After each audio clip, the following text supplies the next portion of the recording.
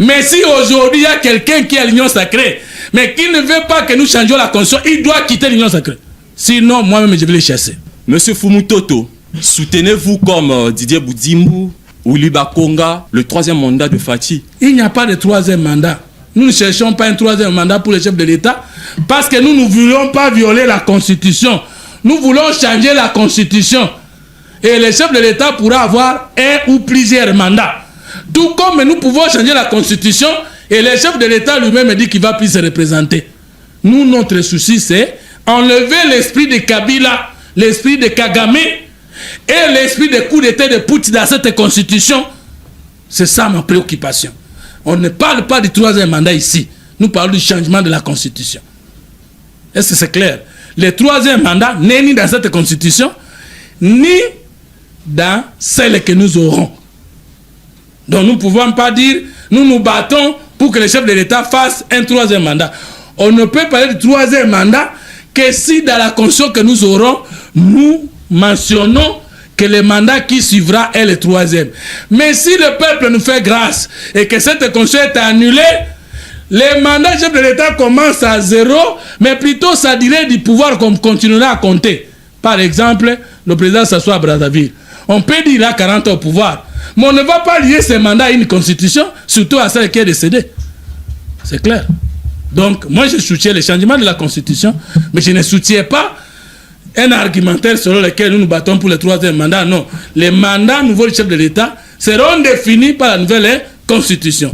S'il en aura 3, s'il en aura 4, pourquoi pas le faire? Nous allons le faire, nous pouvons le faire, mais que tout ce qui sera fait profite au peuple. Parlement des étudiants.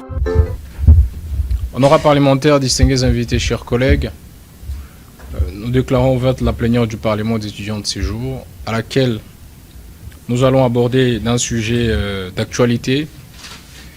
Changement de la Constitution, pour quelle finalité? Pour en parler, nous recevons le célèbre Fumutoto, avec qui nous allons épiloguer sur ces sujets qui fait couler beaucoup d'encre et de salive. Sans plus tarder, M. Fumutoto, vous avez 10 minutes. Dites-nous, vous qui vouliez toujours que la Constitution doit changer, c'est quoi la finalité de ces changements constitutionnels? Après quoi, nous prendrons les questions de parlementaires. Merci beaucoup. Approchez le micro de vous, s'il vous plaît. Monsieur le Président du Parlement des étudiants. Vous pouvez les rediriger correctement. Voilà. Merci beaucoup, Monsieur le Président du Parlement des étudiants, pour la parole que vous avez bien voulu m'accorder en ce jour. Par rapport à cette question, je vais d'abord prendre le premier point. Avant de définir, je prends d'abord la définition.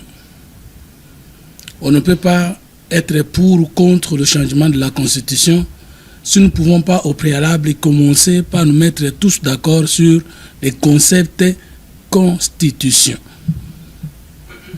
Du verbe constituer, il s'agit là d'un processus d'acceptation d'une vision, d'une mission, d'un projet de société et d'un programme de gouvernance initié par soit un homme plus fort que les autres pendant un temps, soit par la compétition d'une élite, ou soit par des référendums populaires.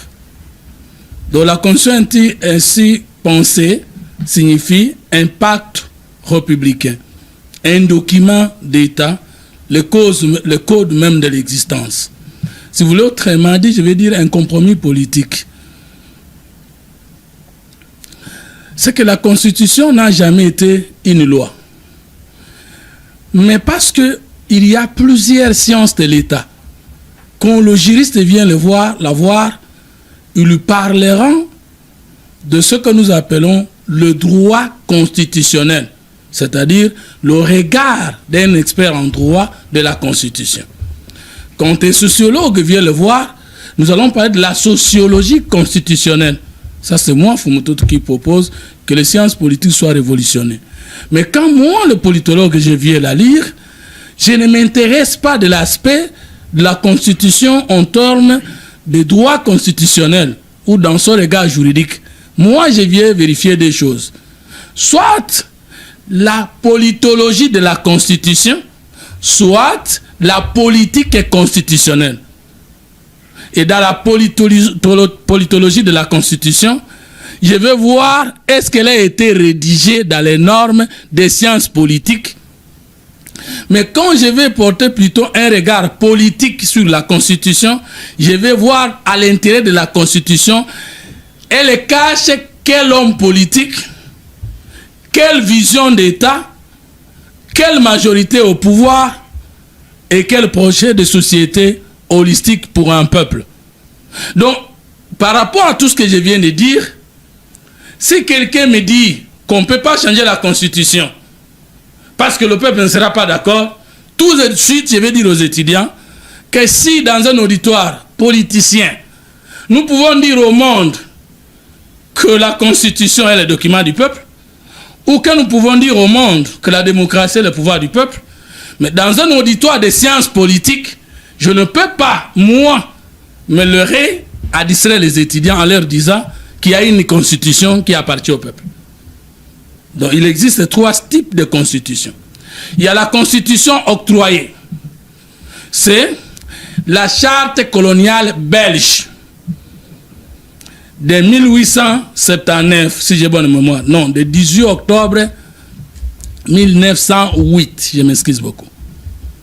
C'est ça la première constitution de la République démocratique du Congo. C'est une constitution octroyée. Pourquoi alors on parle d'une constitution octroyée?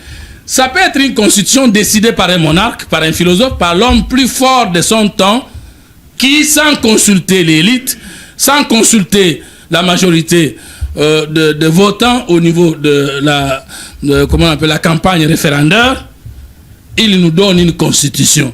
Lorsqu'on nous donna la loi, la charte coloniale belge, aucun Congolais n'était pas là et aucun Congolais n'a pu décider. Ça, c'est la première chose. Après cette première constitution, nous avons ce que nous avons appelé la loi fondamentale belge, 19 mai 1960. C'est aussi une constitution octroyée parce que l'élite congolaise n'a pas décidé et qu'il n'y a pas eu référendum. Nous venons de terminer la définition de la constitution octroyée. Maintenant, nous prenons la deuxième définition, c'est la constitution pacte. La constitution pacte, c'est la constitution de transition que nous avons connue de 2003 au 18 février 2006 en République démocratique du Congo, avant la promulgation de cette soi-disant constitution de la Troisième République. Ça veut dire que l'élite qui était présente à Sun City, n'a pas été élue par le peuple. Les gens se sont choisis de leur propre manière parce que le pouvoir de Kinshasa n'a pas su mater la rébellion et que celle-ci n'a pas pu renverser le pouvoir. De cet échec mutuel, ils ont créé un draft de la Constitution qui n'a pas été soumis au référendum chez le peuple. Et nous aurons ce que nous appelons la Constitution pacte. C'est la Constitution de Sun City qui a précédé la Constitution du 18 février 2006. Maintenant, je vais arriver à Maman Alikambo. On arrive à la Constitution du 18 février 2018, qui est tout sauf une constitution de la République. Et si vous voulez permettre, même à m'ajouter 5 minutes, je voudrais avec les étudiants parler brièvement des nombres de constitutions que nous avons connues au Congo. J'ai parlé des 2.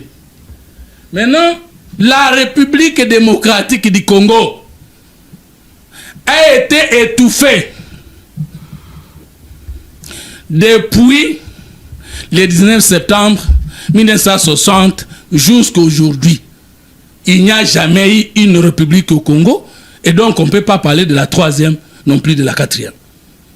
Parce que la 3e constitution, c'est la constitution référendaire. Première constitution, la constitution octroyée. Deuxième constitution, c'est la constitution pacte. La 3e constitution, c'est la constitution référendaire. Et pour qu'il y ait une constitution référendaire qui est savamment la constitution du peuple, il faudra qu'il y ait un constituant républicain. Et le constituant républicain, c'est qui dans une république? Parce que n'oubliez pas qu'une république est une forme d'État ou d'organisation d'État dans lequel le pouvoir émane du peuple. Le pouvoir est entre les mains de ce qu'on appelle les souverains primaires. C'est-à-dire tout pouvoir émane du peuple qu'il exerce directement par élection, par référendum, par vote ou par le trichement de ses dirigeants. Article 5 de l'actuelle Constitution. Mais le constituant républicain, c'est quoi? En sciences politiques, je ne parle pas de droit. Ce qu'on voit dans l'évolution politique normale d'une cité, un homme fait un coup d'État. Dans l'évolution normale d'une cité, un pouvoir renversé par une marche ou un mouvement populaire. Le pouvoir vient de tomber.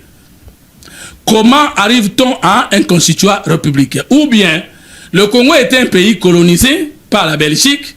La Belgique nous a donné des constitutions, la charte coloniale belge et la loi fondamentale belge.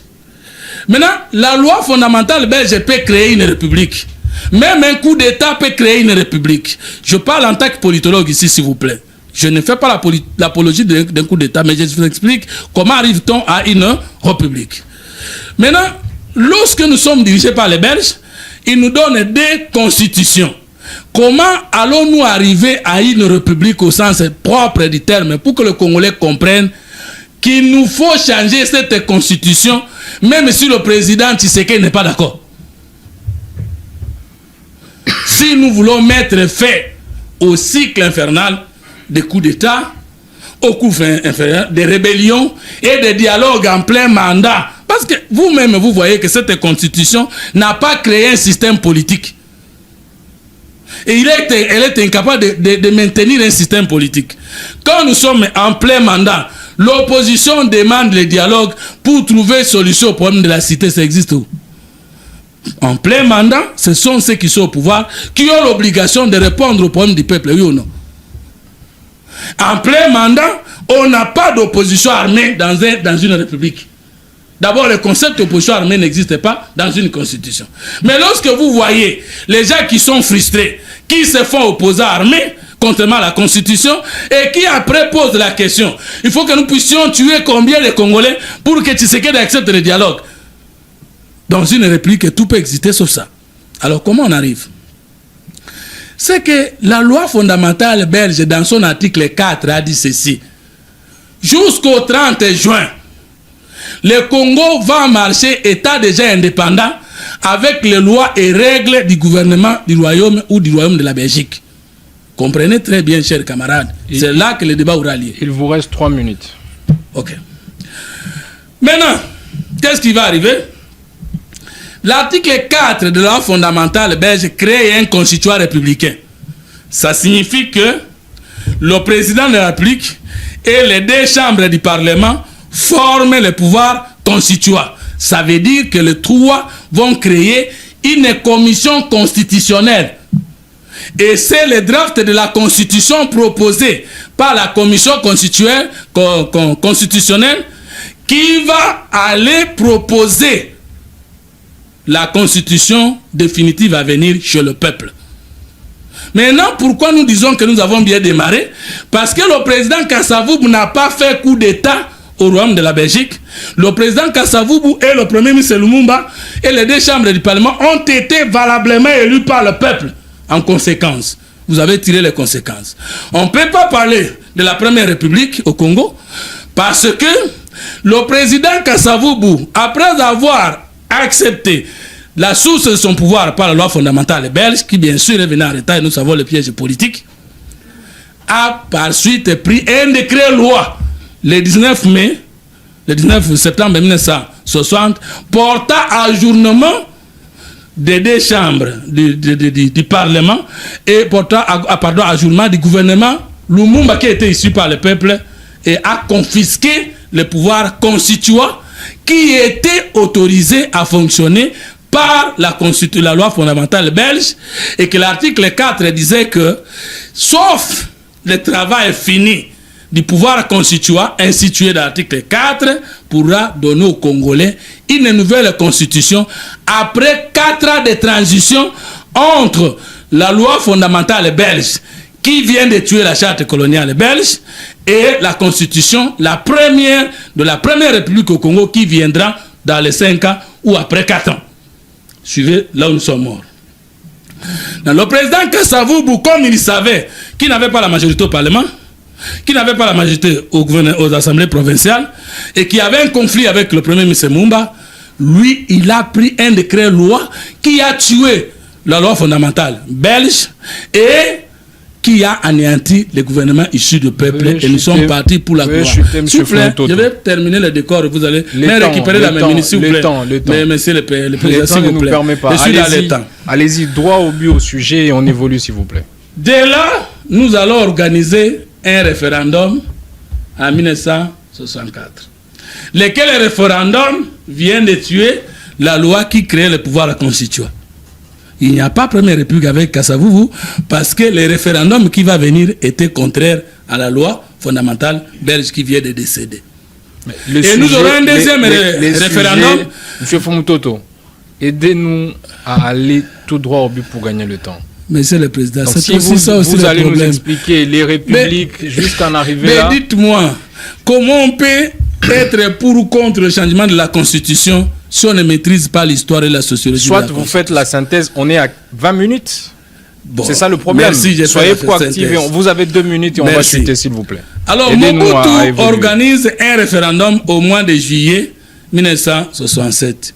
Mobutu n'a pas été au préalable élu par le peuple. Il n'avait pas qualité d'appeler le peuple au référendum.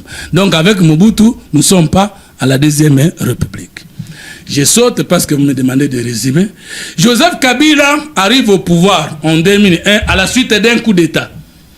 Et jusqu'au référendum de 2005, 18-19 décembre 2005, Joseph Kabila n'est pas encore élu par le peuple. Il était militaire au pouvoir. Mobutu a pris le pouvoir par la force. Il est mort par un coup d'État. Il n'a pas remis le pouvoir au peuple. Joseph Kabila a pris le pouvoir par la force et qui n'avait pas qualité d'appeler le peuple au référendum. Il n'y a eu que 2 possibilités pour le Congo d'entrer dans la logique d'une république. Si Joseph Kabila créait un référendum ou convoquait le peuple au référendum via une commission référendaire, après 2006, il est la première fois élu et en 2009, il est pour la deuxième fois élu.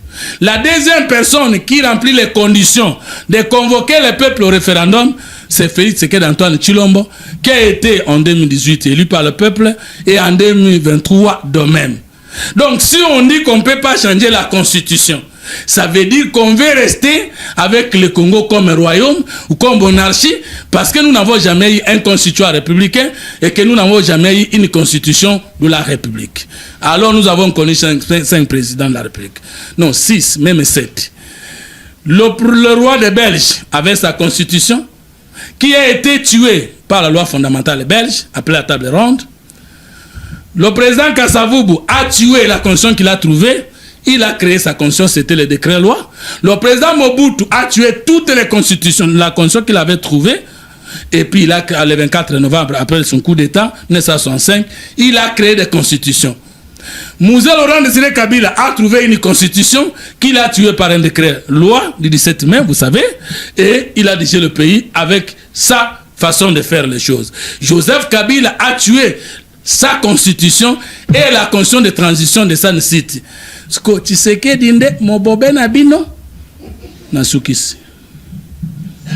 Alors moi, je veux revenir sur un élément. Vous savez, l'histoire, on ne la change pas. Dans votre narratif, c'est vrai, c'est pour soutenir votre autorité morale, mais l'histoire d'une nation doit être dans ses forces et dans ses faiblesses.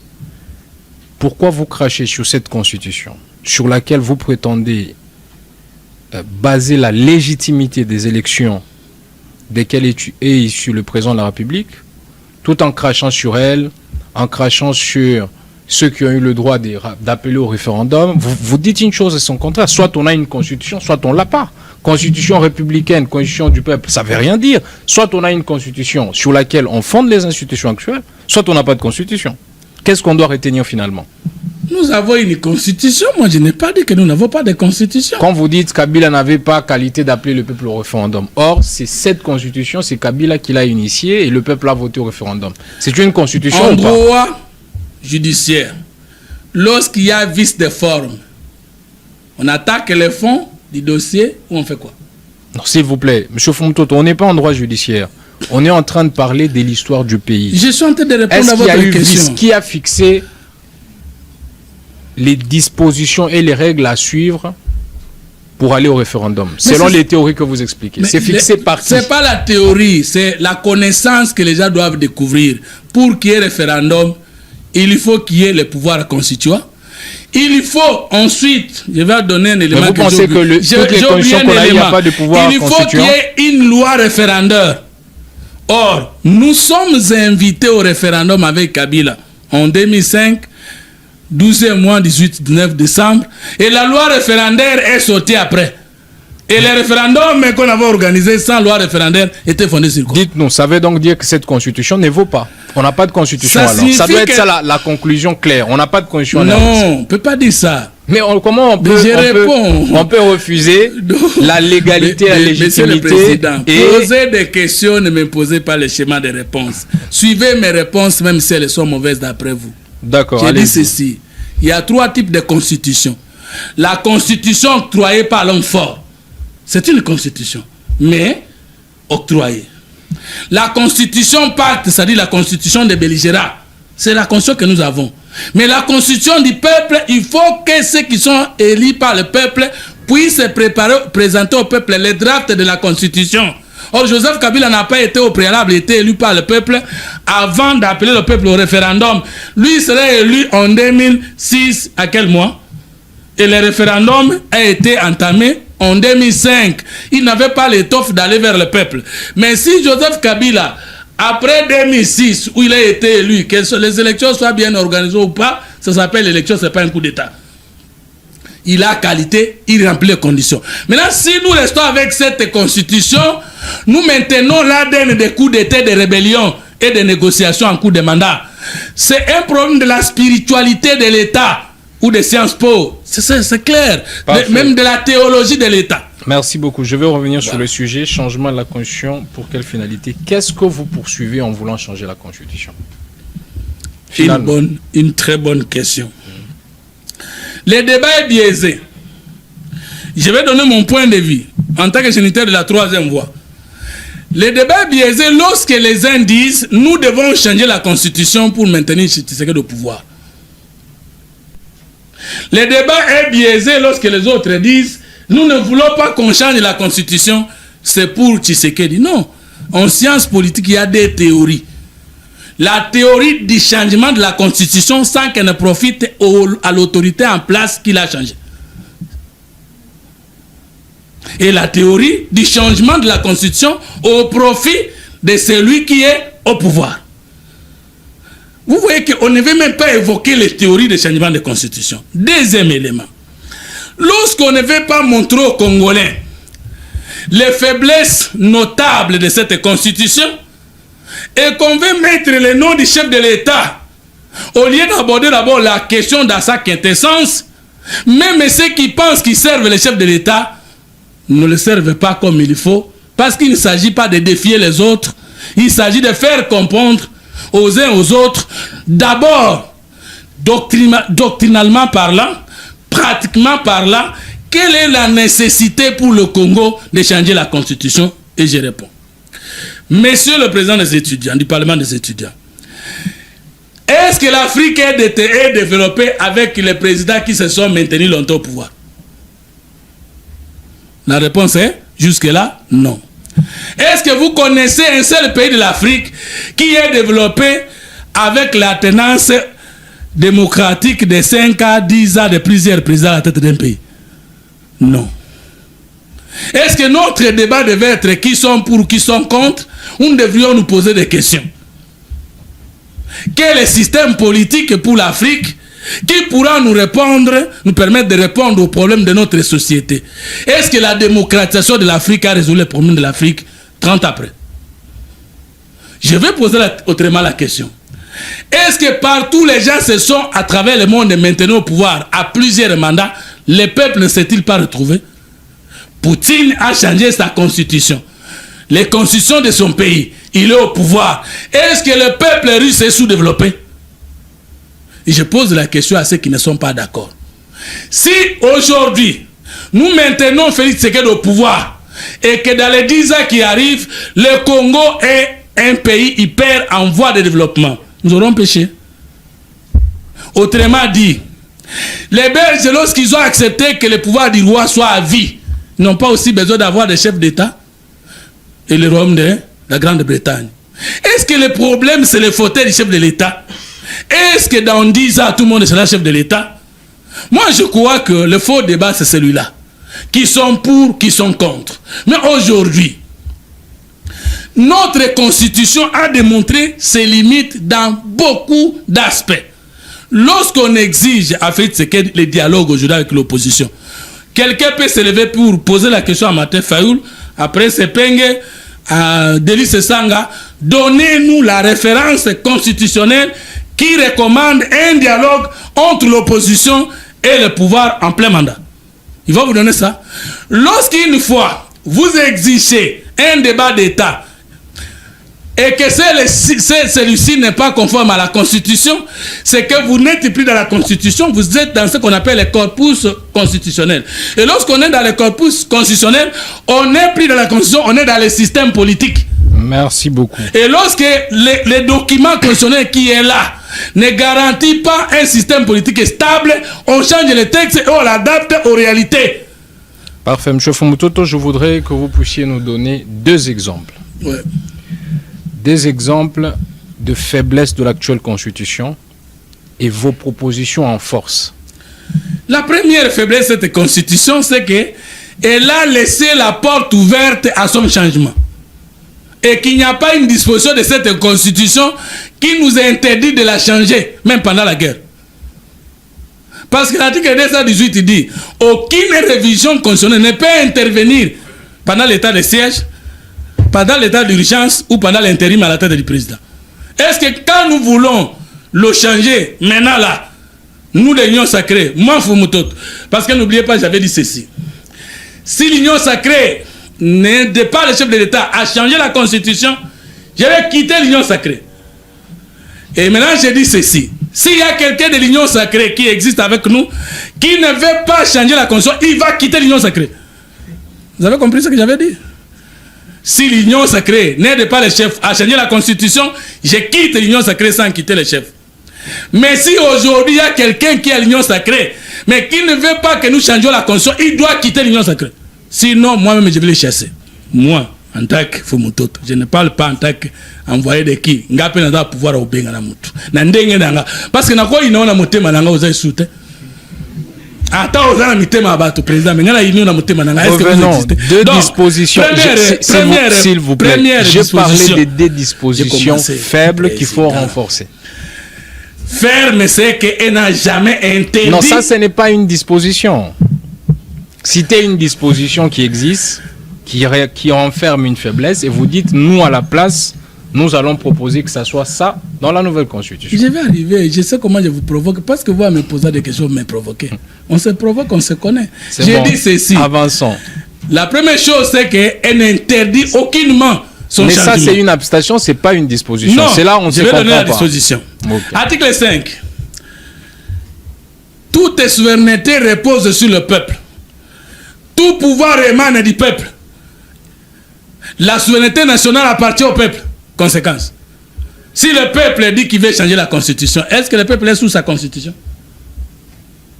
Cette constitution a commis la grosse erreur de donner sa souveraineté à son peuple, alors qu'elle peut mourir, le peuple congolais ne mourra pas. Alors, si l'opposition ne veut pas que nous la changions, le pouvoir ne veut pas que nous la changions, nous allons consulter le peuple, et s'il dit oui, par référendum, nous la changeons. Maintenant, les dispositions. Est-ce que vous comprenez votre question? Je réponds. L'articulation. Cette constitution n'a jamais dit qui est congolais.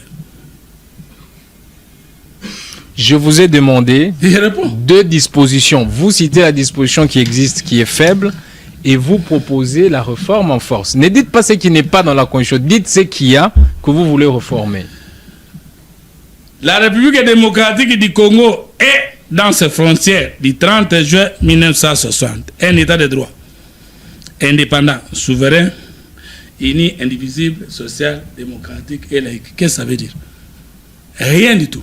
Dites-nous, vous proposez quoi? Mais c'est là. Mais mon frère, il est étonné. Et c'est quoi ça? Je commence à vous donner après, j'explique.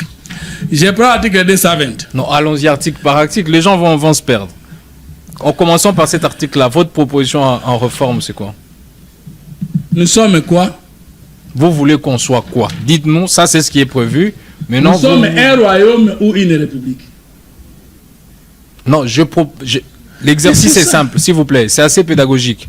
Vous avez lu l'article. Dites-nous, voilà ce qui est dit aujourd'hui. Nous, ce qu'on va proposer, c'est ça. Proposez-nous la valeur ajoutée que vous allez apporter à cette disposition-là. La République démocratique du Congo est un État des Congolais. J'ai changé, non? Ça sera ça les changements que vous allez proposer? Mais la République démocratique du Congo appartient à qui? Aux Congolais. Qui sont Congolais? Mais allez prendre l'article 10 de la Constitution. Un Congolais d'origine. Vous serez étonné, non, il faut qu'on attende, de trouver que les gens qui se prétendent prendre les armes pour attaquer le Congo, ils n'ont même pas le droit de la nationalité d'origine au Congo. Et cette constitution a vidé les fonds de qui est Congolais d'origine et du contraire. Il faut la changer. La disposition encore la plus pertinente. L'article 5. Toute souveraineté appartient au peuple. Aucune constitution ne peut être acceptée au Congo si elle ne provient pas d'un référendum issu des élus du peuple. Ça sera ça la reformulation. Mais c'est ça. Parfait. Parce que Kabila n'a pas été élu par le peuple. On va Il nous a donné sa constitution. Si nous ne la tuons pas, nous allons rester avec l'esprit de Kabila et nous continuons à prendre les armes contre le Congo. Parfait. Je veux renchérir et puis on va prendre le parlementaire. Vous pensez que si on change ces dispositions-là, le Congo va aller mieux qu'aujourd'hui? Oui. Prenons la disposition sur la souveraineté du peuple et la nationalité. Si vraiment on changeait ça, vous pensez que le Congolais ira mieux qu'aujourd'hui? Ce qui se conçoit bien, c'est non, c'est bien. Et les mots pour le dire tombent aisément. Vous pensez que si vous êtes bloqué au niveau de l'esprit, vous pouvez développer votre corps?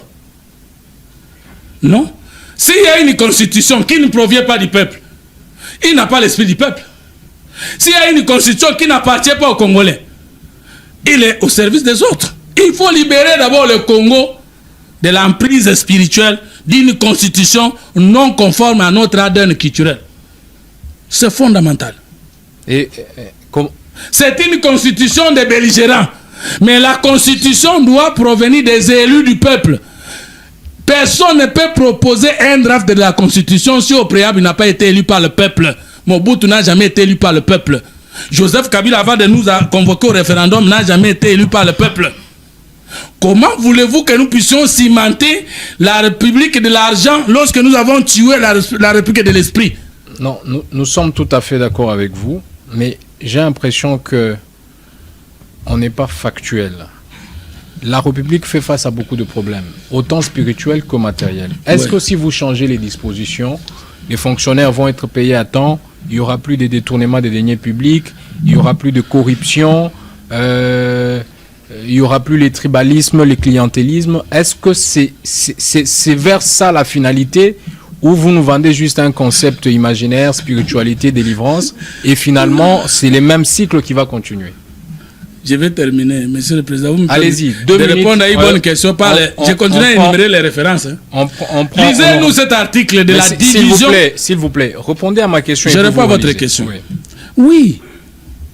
Les poissons pourris par la tête. La Constitution saccage en Suisse par son peuple lorsque son esprit n'est pas du peuple là. J'ai déjà répondu à cette Constitution, à cette question. Je vous donne une disposition. C'est l'article 90 de la Constitution, alinéa 3. La composition du gouvernement doit tenir compte de la représentativité nationale. Qu'est-ce que ça veut dire? Qu'est-ce que vous allez proposer? La représentativité nationale ici, c'est quoi? Non, vous proposez la réforme, qu'on en discute. Vous La allez République dire démocratique du Congo est composée de 25 provinces plus la ville-province de Kinshasa. Souvent, quand il y a un gouvernement, vous entendez les gens dire les Sankou ne s'est pas retrouvé. C'est le régionalisme ou pas? Mais cette constitution qui combat le régionalisme dans son préambule qualifie la représentativité nationale de la représentativité des provinces. Ce sont des gènes de division ou de l'unité? de l'unité, je pense. Nous allons dire demain, la composition du gouvernement doit tenir compte de la présence des forces politiques et sociales. Et ça va changer quelque chose. Oui, mais parce qu'en France, on compose le gouvernement entre les socialistes, les libéraux, la troisième voie. On ne connaît pas les provinces. Comment on veut être une république, mais qui récompense les gens en termes de leur province, alors que nous combattons le régionalisme? Ok, d'accord, merci beaucoup. On va prendre la question. Il y a beaucoup à dire sur cette constitution des belligérants. Je n'ai pas dit elle n'est pas une constitution. Constitution pacte et non constitution populaire. Merci beaucoup, honorable Gédéon Mouyombo, pour son allocution. Ensuite, l'honorable Aron. Merci, Monsieur le Président, pour la parole accordée. Distingués collègues parlementaires. Aujourd'hui, en République démocratique du Congo, une question du changement de la Constitution soulève un débat profond. Fumutoto, quelle est l'urgence et la nécessité du changement de la Constitution? J'ai dit, Monsieur le Président. Merci beaucoup. On va prendre l'honorable Aron pour son allocution. Honorable Président, honorable membre du bureau, chers collègues, avec toutes les difficultés que la République démocratique du Congo est en train de traverser, l'idée de changer la Constitution, ne voyez-vous pas que cela va encore paralyser notre pays? Ne voyez-vous pas que vous allez encore diviser notre pays? Et enfin, vous voulez changer la Constitution, oui, mais ça serait avec Goma ou sans Goma, c'est-à-dire la partie est de notre pays. J'ai dit, honorable Président. Merci beaucoup, M. Fumutoto, pour rencontrer ces deux préoccupations.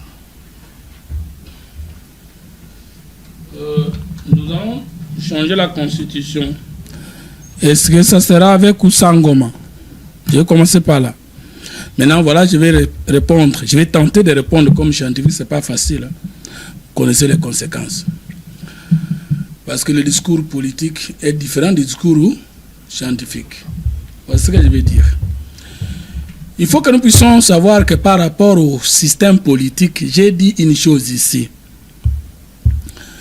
Toutes les constitutions du monde entier ont été proposées par ceux qui sont au pouvoir.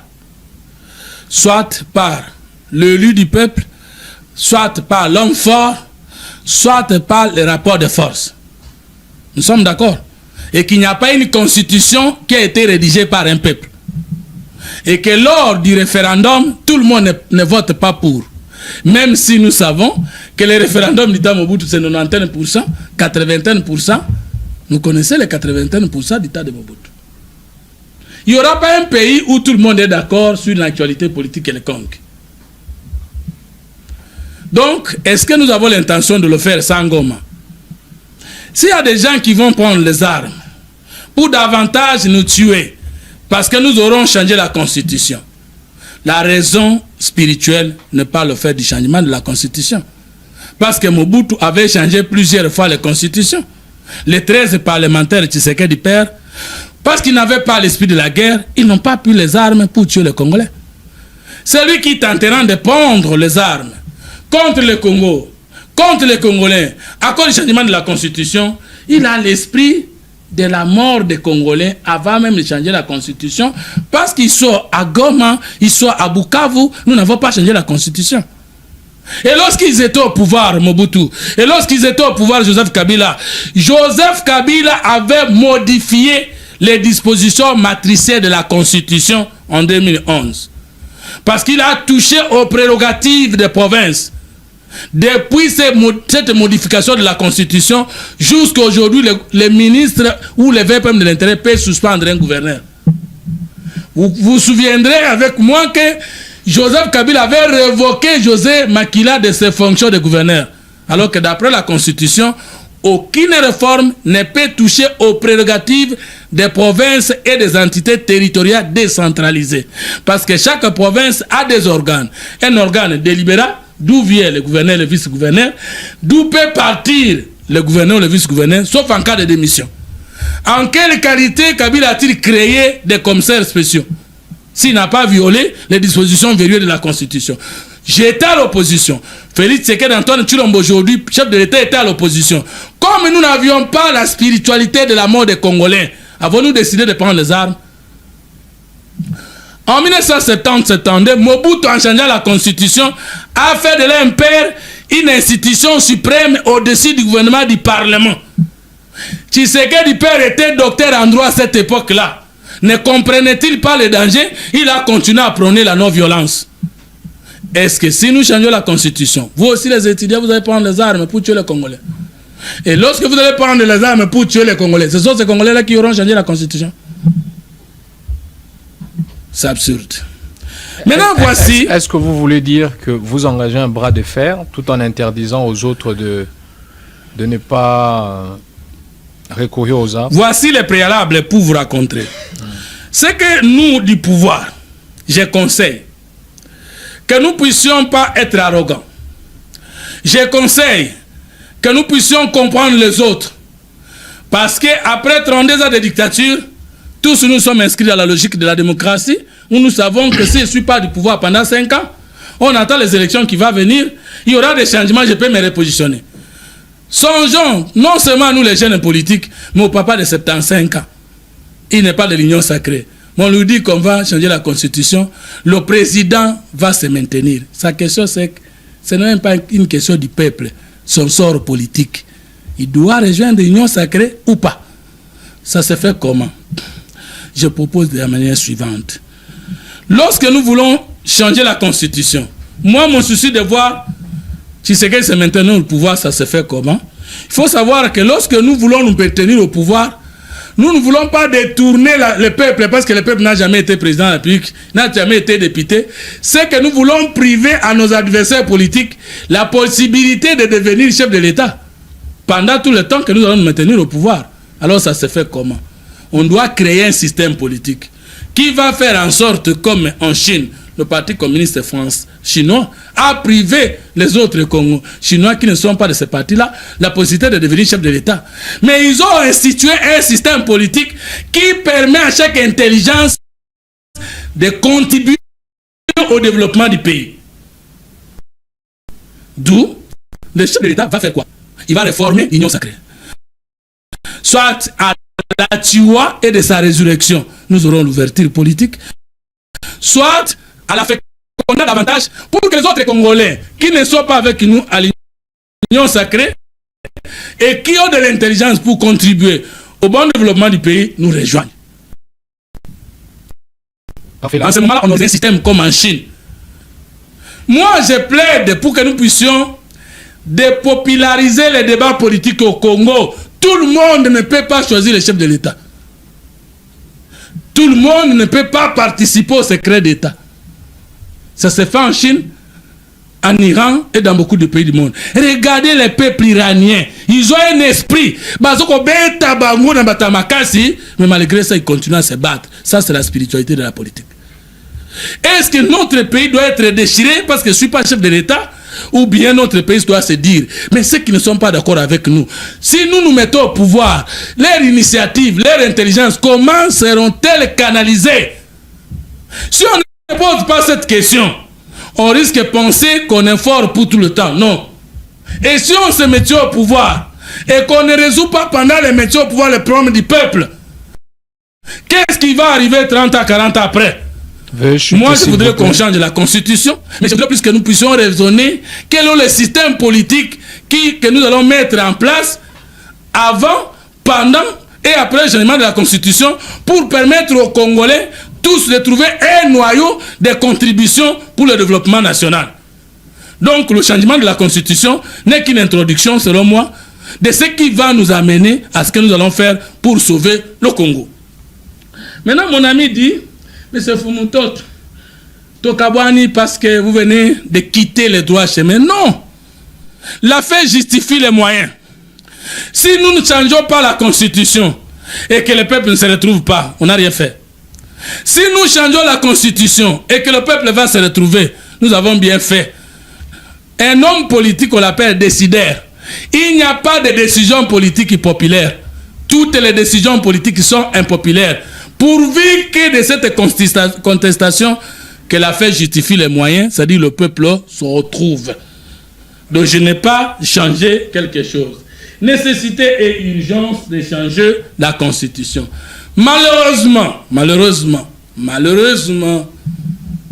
quand nous prenons l'article 218 de la constitution, 219 de la constitution, il est clairement dit: l'initiative de la révision constitutionnelle appartient concurremment au président de la République, aux membres du gouvernement, aux membres du Sénat et de l'Assemblée nationale, ou à une fraction de 100 000 signatures des Congolais. À qui le pouvoir d'apprécier l'urgence et la nécessité? C'est la personne qui initie la pétition, son chef de l'État, son membre du gouvernement, délibéré en conseil des ministres, ou sa ligne des deux chambres du Parlement.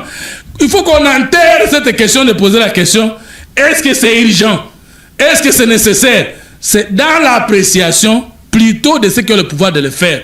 Moi, j'ai même ma signature à disposition de celui qui viendra passer devant moi avec sa pétition. Mais, Monsieur Fumutoto, les mêmes dispositions que vous évoquez, sur lesquelles vous vous fondez, disent déjà pour la révision que la révision ne peut pas se faire sous état de siège. Nous sommes en état de siège. Est-ce que c'est un débat opportun?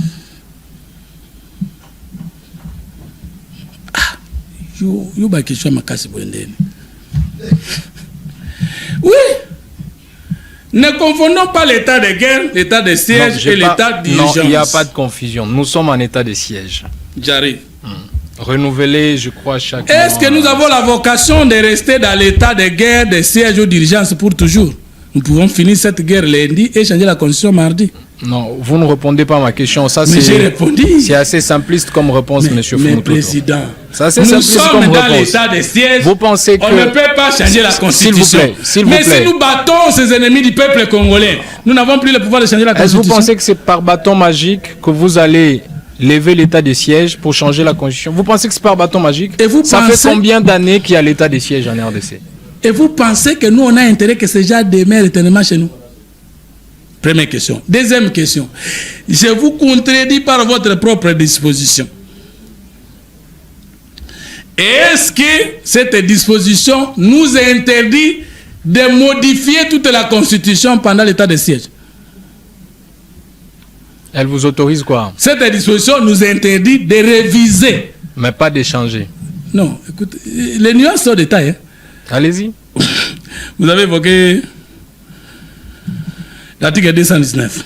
Aucune révision ne peut intervenir pendant l'état de guerre, l'état d'urgence ou l'état de siège, ni pendant l'intérim à la présidence de la République, ni lorsque l'Assemblée nationale et le Sénat se trouvent empêchés de se réunir librement. Mais il n'y a aucune disposition qui nous dit que pendant l'état de guerre, pendant l'état de siège, pendant l'état d'urgence, pendant l'intérim à la présidence, on ne peut pas modifier la Constitution. Nous parlons du changement de la Constitution. Nous ne parlons pas de la révision de la Constitution. Réfléchissons un peu avec le bon sens. Si pour la révision, si pour la révision on refuse, quand sera-t-il pour le changement? Nous sommes suspendus jusqu'à la fin de l'état de siège.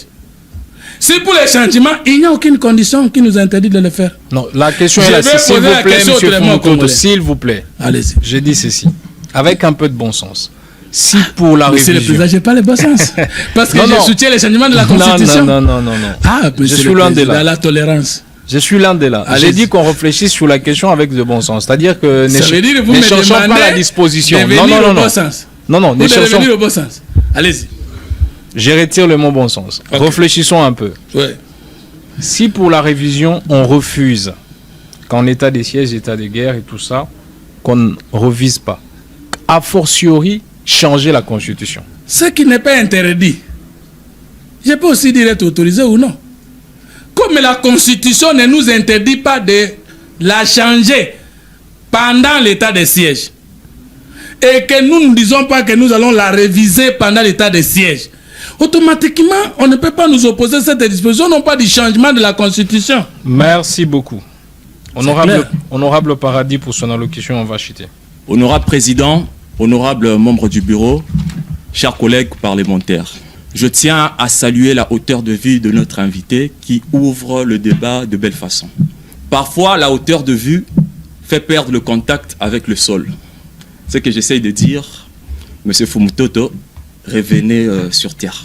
Monsieur Fumutoto, soutenez-vous comme Didier Boudimou ou Liba Konga le 3e mandat de Fati? Merci, Président. Merci beaucoup. Monsieur Fumutoto, rencontrer cette question et on va chuter.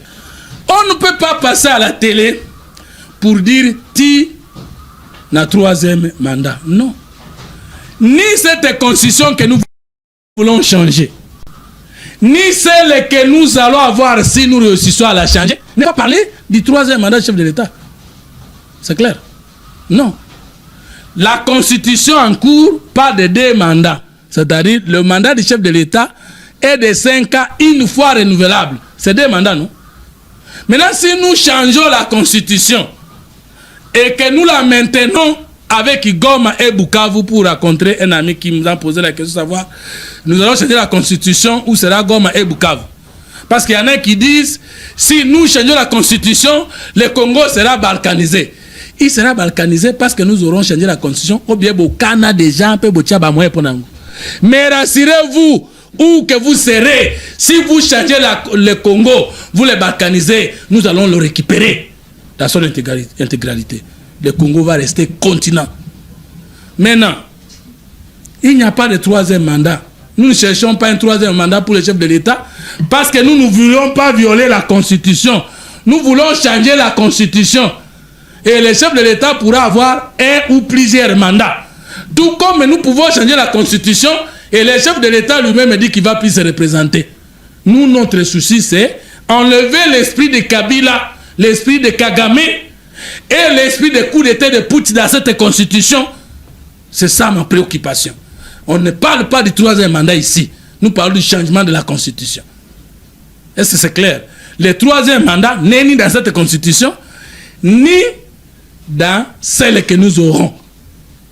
Donc nous ne pouvons pas dire, nous nous battons pour que le chef de l'État fasse un 3e mandat.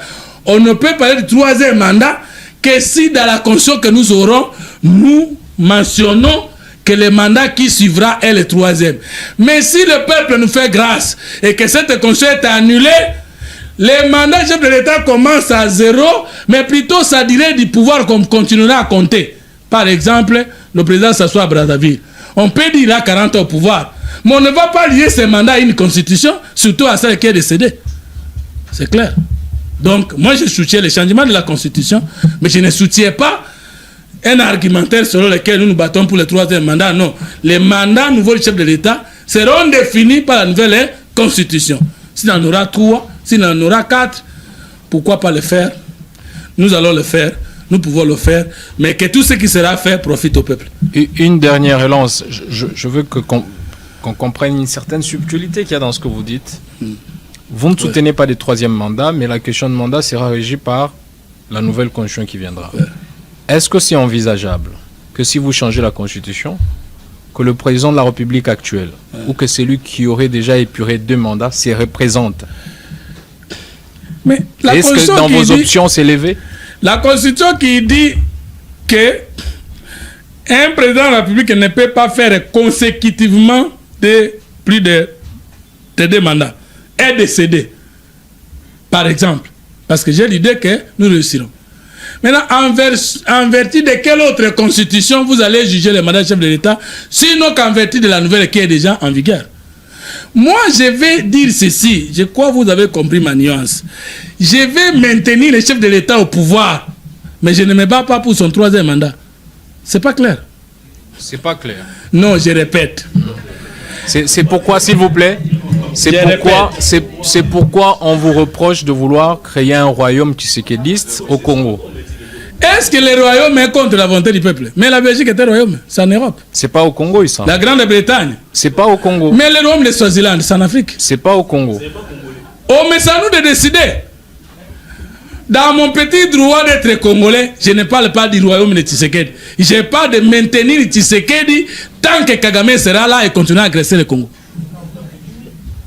Ah bon? Mais comment vous pouvez avoir le droit de refuser ça, nous reconnaître, nous le droit d'accepter? Les mandats de président de la République en RDC est en rapport avec le mandat au Rwanda. Mais on ne peut pas changer un guerrier pendant la guerre. Ça, c'est notre point de vue. Mais est-ce que nous voulons les maintenir avec son troisième mandat? Non. Nous voulons les maintenir avec la nouvelle constitution qui déterminera la suite de ces mandats. Merci beaucoup. C'est clair, hein? Merci beaucoup. Merci, M. Fumutoto. Tolérance, s'il vous plaît, on va chuter. Merci de nous avoir entretenus sur ces sujets.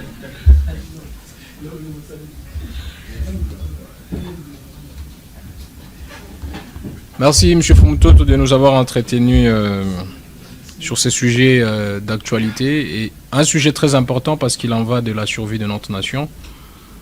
C'est vrai que vous le dites peut-être en vos mots, certaines bouches devraient être fermées. Parce que la légèreté avec laquelle les débats autour du changement de la Constitution est prise, vraiment c'est foudroyant.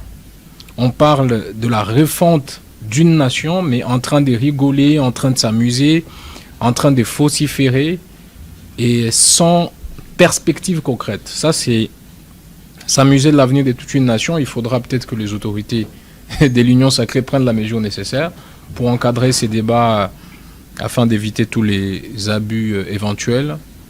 Quant à nous, nous resterons à vous, chers téléspectateurs, pour vous offrir les échanges et les analyses quant à tous ces sujets d'actualité. Plus rien n'étant à l'ordre du jour, la plénière est levée.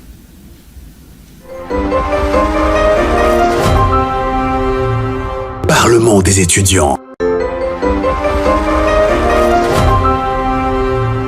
Parlement des étudiants.